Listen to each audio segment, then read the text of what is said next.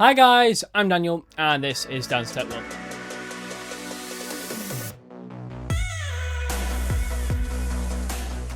So in today's video we are looking at this computer right here. This is a computer I found at the dump, at the tip, at the recycling centre, whatever you call it where you live.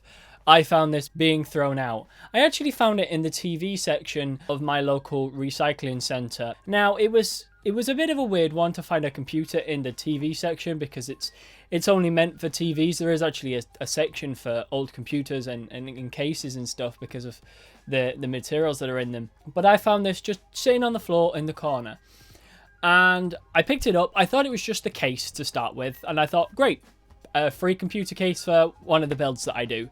Because free stuff is always great. And I picked it up and I put it in the back of the car and I drove home. And basically it come to that it had a computer inside it. I noticed there was a motherboard shield in the back and I noticed there was I/O there. So I was like, oh, there's a computer in this. I thought, okay, cool. There's some bits and bobs to play around with, or throw in the bin or whatever. And then I noticed the HDMI on the back of this computer, and I thought it can't be that old to have HDMI, because HDMI hasn't been a standard on the back of I/O until late 2009, early 2010. So I thought this computer would have to be from that era. I originally thought this might be an Intel-based machine, so I thought it's either going to be some sort of late Core 2 Quad, Core 2 Duo, or some sort of early i7 build.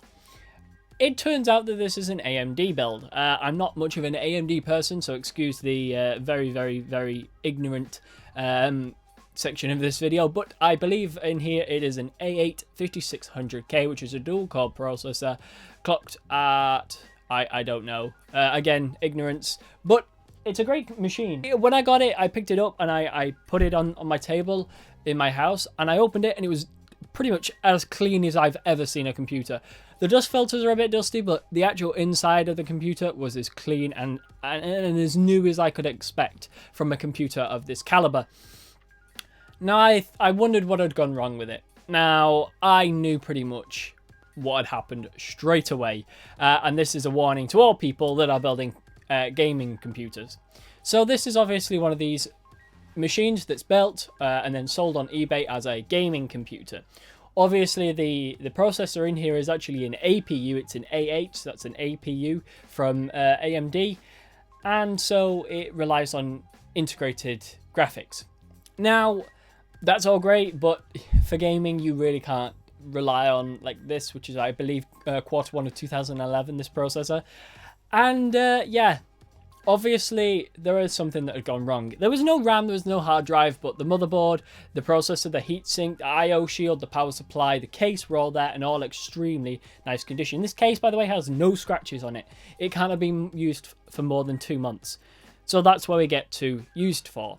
Now this computer obviously has or had a dying power supply, because these cheap power supplies that are put in these units, these like 550, these 750 watt PSUs that come from China, just do not last. And especially seeing as though AMD at this point was quite a power hungry platform to go with, this machine definitely drew more power than this power supply can handle. Now the power supply does turn on and it does power, but it does turn off, which leads me to believe that whoever had this before me basically threw it out because it wasn't turning on all the time and basically thought the entire thing was dead. Nope, just the power supply. I've been using it.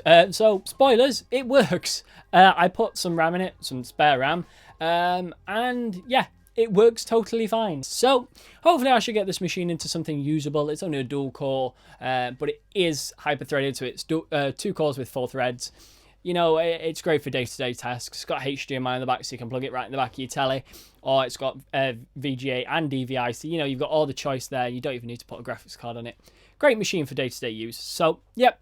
Well, pretty much that's it. We'll come to this in another video. I'm going to shelve this for now because I've got a lot of things going on at the moment and too much basically to to do. I've got a lot of work going on. There's a lot of projects that I'm doing behind the scenes. You'll have seen some of the things come up on the channel, but that's pretty much it. We will come back to this in another video, like I said. As for now, this is the end of the video. I hope you've enjoyed this video. If you have, please leave a like on the video. If you didn't like the video, then this button also exists, but if you did hit the dislike button, please tell me down in the comments section below.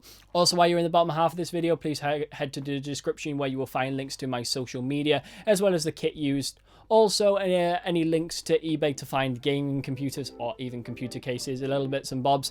Also, head to the bottom half of this video for comments, questions, any ideas you have for any other videos, any comments for me, questions about me, or anything you want to ask about this video, please head down there as well. I hope you've enjoyed this video. This ending was very, very rambly and not quite up to scratch, but it's pretty early in the morning and my brain doesn't want to work. Anyway, guys, I hope you've enjoyed the video. I've been Daniel. This has been Dan's Tech World, and I will see you guys in the next video. Bye for now.